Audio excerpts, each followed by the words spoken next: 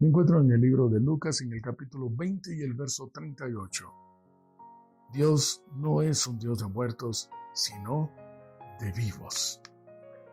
Este es un poco problemático el asunto porque no todos somos hijos de Dios. Todos sí somos criaturas, pero hay algunos que son hijos de vuestro padre el diablo, dice la palabra de Dios. Y la diferencia se basa en si hemos aceptado a que Jesús entre a nuestra vida y ya no vivamos nosotros en su lugar. Este conflicto surgió para la raza humana en el Edén cuando ingresa el pecado. Es que hábilmente, astutamente, el enemigo logra involucrar al ser humano dentro del conflicto que era antes solamente entre él, sus ángeles y Dios, cuando él pretende ocupar el lugar que le corresponde a Dios, según dice Isaías 14:14 y que estudiábamos la semana pasada.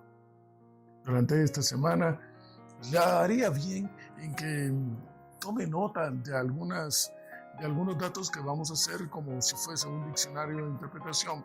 Pero mientras tanto le invito a que por favor vayamos a la base de este conflicto que se encuentra en Génesis en el capítulo 2 y el verso 16 y 17, cuando el Señor le manda a nuestros padres: de todo árbol del huerto podrán comer, pero el de la ciencia del bien y del mal, de ese no comerán, porque el día que de él comieren, ciertamente morirán.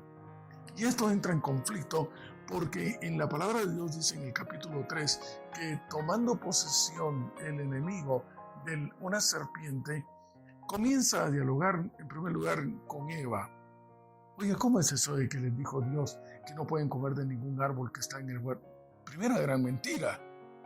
Entonces, pero fue una astucia del enemigo porque esto impulsó, animó a Eva a que ella defendiera la causa de Dios. Y le dijeron: eso no es cierto, no estés hablando falsos en contra del Señor. Él dijo que sí podemos comer de todo árbol, solo de este no, porque vamos a morir.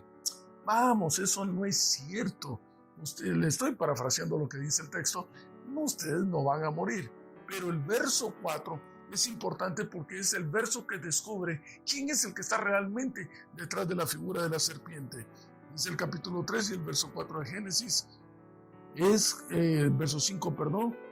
Si no sabe Dios que el día que de él coman, van a ser como Dios. ¿No es esto acaso lo que originó el conflicto? Pretender ocupar el lugar que le corresponde a Dios. Y si no es a través mío, entonces serás tú también. La pregunta es: ¿murieron? Pues quizás Eva pudo haber razonado: la serpiente se la está comiendo y no le sucede nada, a mí tampoco. Es más, hasta se mira atractivo y exquisito el fruto. Científicamente podríamos decir que sí murieron. ¿Saben ustedes? La estabilidad de la salud depende de un pH ligeramente alcalino, 7.427. En otras palabras, entre más ácido está nuestro pH, más enfermos nos encontramos. Al extremo que las personas, independientemente de la patología, mueren por una saturación de acidez en su organismo, que es lo que básicamente destruye el cuerpo también. La palabra de Dios dice en el verso 10 y en el capítulo 3 que el hombre sintió miedo cuando se vio desnudo. En primer lugar, es la primera vez que aparece el vocablo miedo en la palabra de Dios. Pero si el amor echa fuera el temor, si tener a Dios conmigo, no deberíamos de tener miedo, porque si Él es mi pastor, pues nada me faltará. Si Él conmigo, pues ¿quién contra mí? Si ni siquiera la muerte puede prevalecer para aquellos que están en el Señor, porque el que está en Cristo no puede morir. Entonces, el miedo surge cuando tú rompes esa relación íntima con el único que es la fuente de la vida y le dices: oye, no, permíteme, voy a hacer las cosas a mi manera, yo quiero estar por mis propias cuentas.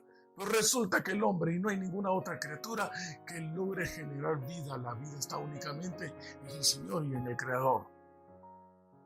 Ahora, decíamos que científicamente sí se establece un proceso de muerte que inevitablemente iba a terminar en eso, porque la saturación de acidez crea un desbalance celular en el organismo que poco a poco comienza a degradarse, y a degradarse, y a degradarse. El tener mucho miedo crea ese desbalance. Es que nosotros no fuimos creados para tener miedo, sino para estar llenos de un espíritu cuyo fruto nos dice que debemos de tener paz, gozo, benignidad, bondad y mansedumbre. Esa es la razón por la cual los pacientes que son optimistas, que son muy positivos, logran vivir más tiempo que aquellos que tienen una mentalidad negativa y deprimida. El truco es mantener un mayor nivel de alcalinidad. Así que hubo un mayor nivel de acidez en ese instante. Científicamente el organismo comenzó a degradarse. Es que la vida no depende de pulmones que se llenen de oxígeno, sino que depende de que estemos aferrados a la fuente de la vida, que es el Señor. Pero aclaremos los conceptos. ¿Qué es pecado? La palabra de Dios dice en 1 Juan capítulo 3 y el verso 4 que el pecado es transgresión de la ley. Y aquí hay algunos de nuestros amigos de otras denominaciones que enclavan el concepto de ley como algo que puede estar abolido, que ya está regenerado, que fue cambiado, etc. Apreciados amigos y hermanos, eso no es verdad. Y lo voy a ilustrar con una anécdota que he contado acerca de mis hijos. Para aquellos que son de mi generación, supongo, porque ahora está un poco cambiadas las cosas, han evolucionado, pero para aquellos que son de mi generación recordarán: oye, ¿es cierto que tu padre te dice que no puedes llegar más tarde de las 7? No, sí. Oye, ¿es cierto que no puedes hacer tal vicio? Oye, ¿es cierto que no puedes tomar, que no debes de robar? Oye, ¿es verdad que tu padre te dice que no mientas? No, pues sí, es verdad. Oye, ¿por qué? Es que él es así. Así es su manera de ser. Son sus leyes. En otras palabras, la ley, esa que tanto se ha polemizado, no es nada menos que la manera de ser del Señor. Le escribió con su dedo, nos escribió su manera de ser, la enclavó en nuestro corazón. ¿Por qué? Porque al crearnos, recuérdate, no nos inventó una manera de ser, nos puso su manera de ser. Por naturaleza divina, nosotros hemos sido llamados a tener la manera de ser del Señor, a que sus leyes estén dentro de nuestro corazón. Transgredir esa ley es ir en contra de nuestra naturaleza, es darle la espalda, es desprendernos de él, es quedarnos desnudos. Así como el principio judaico establecía que el divorcio era aquel que se manifestaba cuando a la mujer, en el caso de infidelidad, se le dejaba en la calle totalmente desnuda. Bendito alabado sea el Señor, que en un paralelismo a lo que es el sacrificio y la intervención de Él, porque de tal manera nos amó para podernos rescatar, llega hacia la mujer desnuda, hacia ti, hacia mí, y nos cubre con su manto, se vuelve a casar, vuelve a confiar en nosotros y vuelve a decirnos: no temas, de hoy en adelante yo te cubriré, yo te sustentaré, nada te faltará. Lo único que necesitas es que establezcamos esa relación íntima entre tú y yo. Eso del concepto de la muerte se ha aprovechado de alguna manera también incluso para poder hablar acerca de lo que es la inmortalidad del alma, un concepto que tal no existe. A la luz de Eclesiastés capítulo 9, el verso 5, si usted me acompaña, estamos después de Proverbios.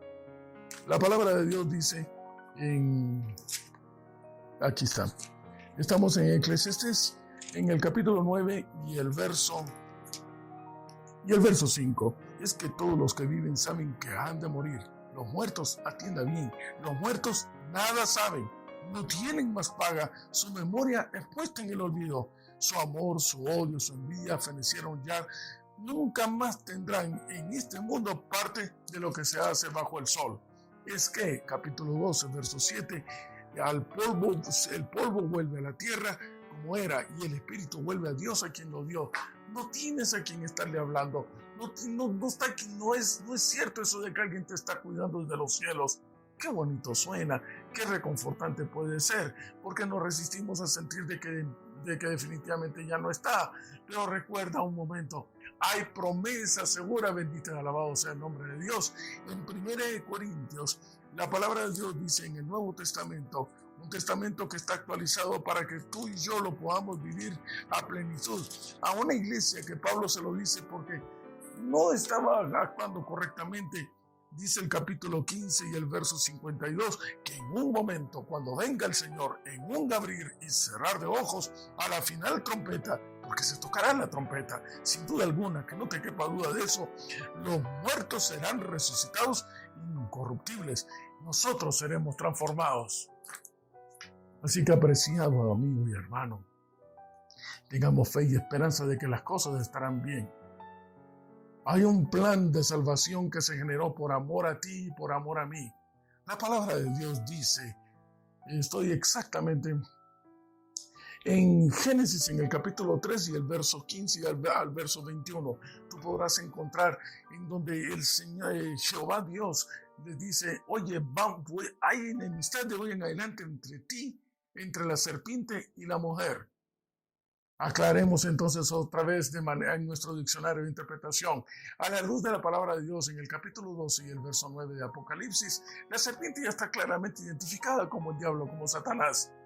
Y si vas a Efesios, en el capítulo 5 de Efesios, encontrarás una correlación, un paralelismo muy interesante que el Señor hace entre Jesús, la iglesia, como la relación que debe existir entre un hombre y una mujer cuando estos se casan. Finalmente, el Señor se entrega por la iglesia y hace un sinónimo de la mujer como la iglesia. A eso ha venido la serpiente, a destruir a aquellos que hemos sido llamados a ser miembros del pueblo de Dios. Pero bendito y alabado sea el nombre del Señor, veamos, serían con 6,000 años de anticipación, desde antes de la fundación del mundo, pensó en ti, pensó en mí y creó una estrategia de salvación, un sustituto que a la luz del capítulo 12 y el verso 5 de Éxodo tiene ciertas características. Tenía que ser macho, hombre, sin defecto, en la flor de su juventud, sin pecado, hablando acerca de Jesús, ese que Juan el Bautista señala como el Cordero de Dios que quita el pecado del mundo. Pero tenía una característica todavía muchísimo más impresionante el Cordero, es que era inocente. Sí, Jesús inocente te sustituye a ti, me sustituye a mí. Y la pregunta que surge es, ¿pero por qué morir? ¿Por qué tiene que ser tan drástico? ¿Por qué no puede ser un castigo más liviano? Total, fue solo una mentira.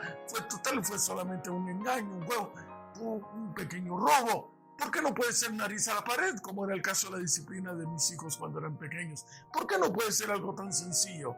Es que el pecado, es que el morir no es un castigo. Atiéndase, el morir no es un castigo, es una consecuencia de que nos hemos separado de la fuente de la vida, que es el Señor. Inevitablemente, toda criatura, todo ser humano que se desprende de la fuente de la vida del Señor, muere porque Él no genera vida, hemos dicho.